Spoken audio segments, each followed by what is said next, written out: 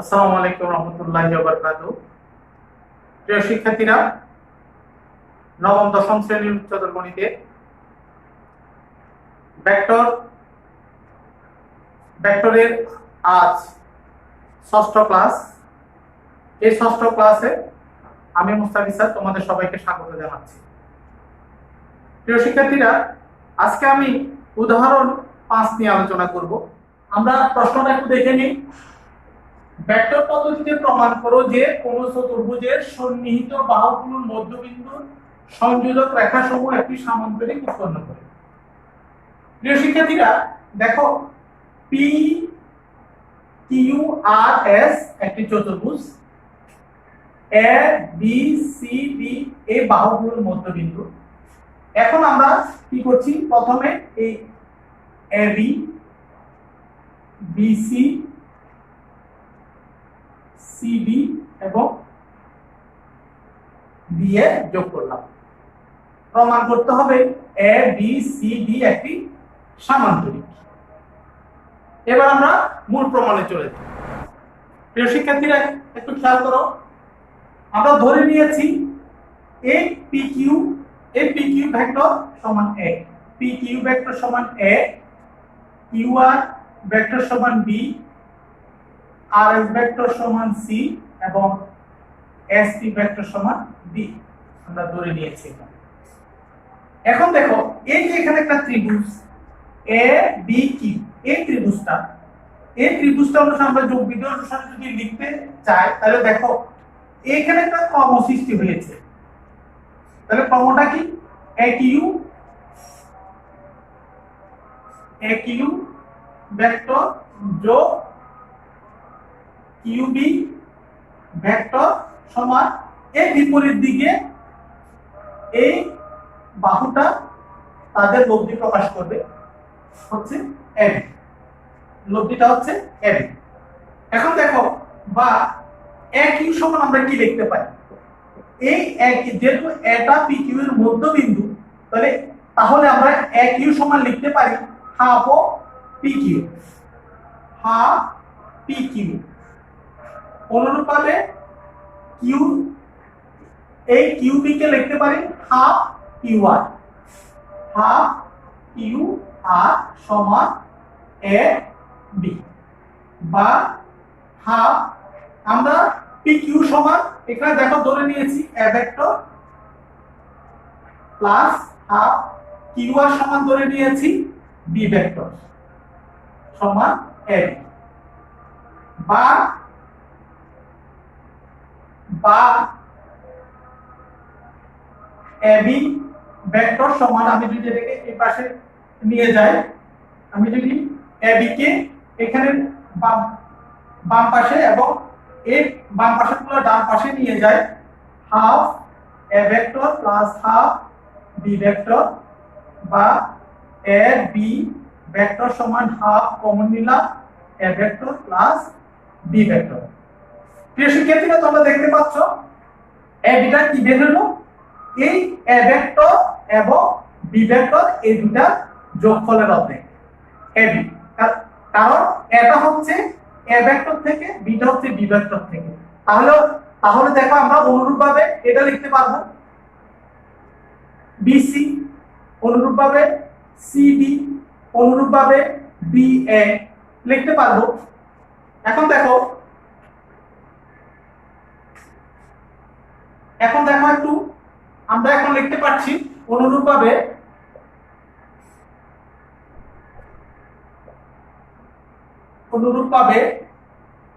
দেখো আমরা বিসি লিখছি, বিসি ভেক্টর সমান হাফ, তাহলে এটা বি ভেক্টর যোগ C vector, CD half C vector plus B vector এবং বিএ সমান half B vector plus A vector, B vector plus A vector. প্রিয় শিক্ষার্থীরা, এখন আমরা ধাপ 2 নিয়ে আলোচনা করব। প্রিয় শিক্ষার্থীরা, দেখো এখানে একটা ত্রিভুজ আছে পি কিউ আর, এখানে এই ত্রিভুজটা আমি আলাদা করে নিয়েছি পি কিউ আর। এটা যদি আমরা যোগ বিধি অনুসারে লিখতে চাই তাহলে দেখো এই পি কিউ, এই যে সাইকেলটা P Q plus Q R সমান পি আর, তাহলে আমরা লিখতে পারছি পি আর এটা লব্ধি পি কিউ ভেক্টর যোগ কিউ আর ভেক্টর, বা পি আর ভেক্টর। তাহলে পি কিউ হচ্ছে এ ভেক্টর যোগ কিউ আর হচ্ছে বি ভেক্টর। এখন দেখো তাহলে এটা আমরা কি পাচ্ছি P Q plus Q R এর ডাইরেকশনটা হচ্ছে পি থেকে আর এর দিকে। এখন আমরা এই ত্রিভুজটা নেব পিএসআর। এখন আমরা পিএসআর নিয়ে আলোচনা করব। প্রিয় শিক্ষার্থীরা, এখন পিএসআর এই ত্রিভুজটা দেখো আর এস প্লাস এসপি এর ক্রমটা হচ্ছে এদিকে, তাহলে বিপরীত দিকে আর পিটা তাদের লব্ধি প্রকাশ করে। তাহলে আমরা যদি লিখি এই আর পি ভেক্টর সমান আর এস ভেক্টর যোগ এস পি ভেক্টর, তাহলে এখানে এটা ডাইরেকশনটা হচ্ছে এদিকে আর পি, বা আর পি ভেক্টর সমান আর এস সমান আমরা ধরেছি C vector plus S P সমান বি ভেক্টর। প্রিয় শিক্ষার্থীরা, আসো আমরা এরপর পরের ধাপটাতে যাই। প্রিয় শিক্ষার্থীরা, আমরা ধাপ 2 কে যদি 1 নাম্বার সমীকরণ ধরি, ধাপ 3 কে যদি 2 নাম্বার সমীকরণ ধরি, তাহলে আমরা 1 ও 2 নং সমীকরণ যোগ করলে কি পাচ্ছি a plus b plus c plus d সমান পি আর ভেক্টর যোগ আর পি ভেক্টর। এখন একটু খেয়াল করো a plus b vector plus c plus d vector, দেখো পি আর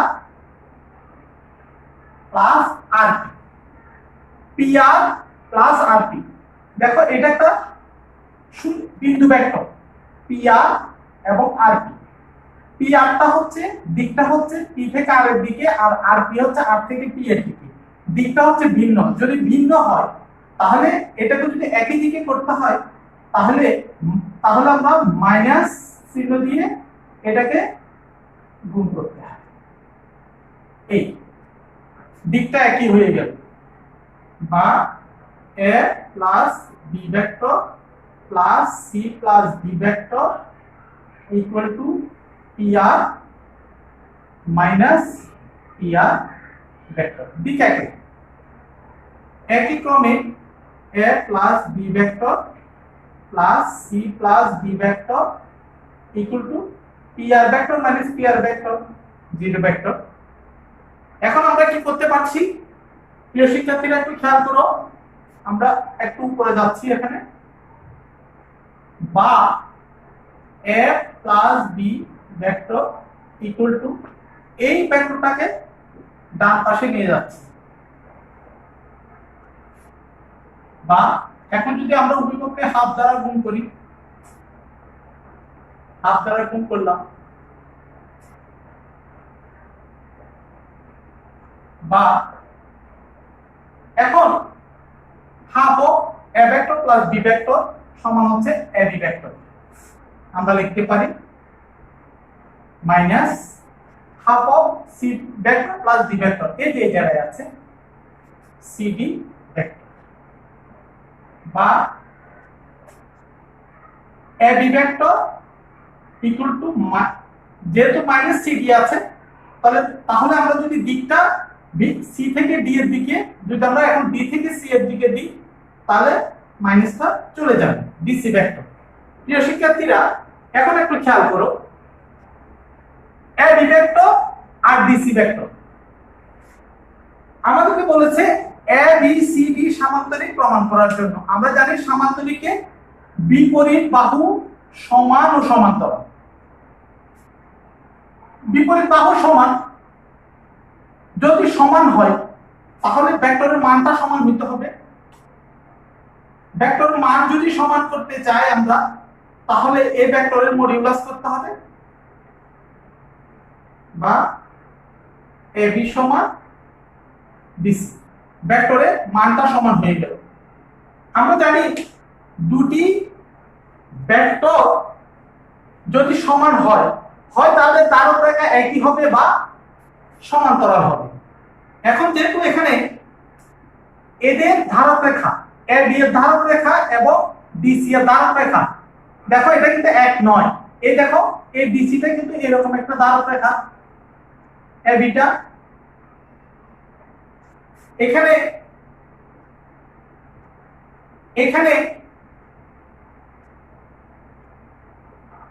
এই AB ভেক্টর ও BC ভেক্টরের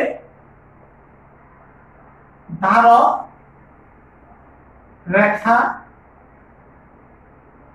একই নয়। যদি একই না হয় তাহলে দুটোটা, এই দুটা ধারক রেখা সমান্তরাল হবে। সুতরাং BC সমান্তরাল AB। অনুরূপভাবে আমরা লিখতে পারি AD সমান্তরাল BC। অতএব আমরা বলতে পারি, অতএব A B C D একটি সামান্তরিক। দেখানো হলো। প্রিয় শিক্ষার্থীরা, আশা করি অঙ্কটা তোমরা বুঝতে পেরেছো। ধন্যবাদ তোমাদের সবাইকে।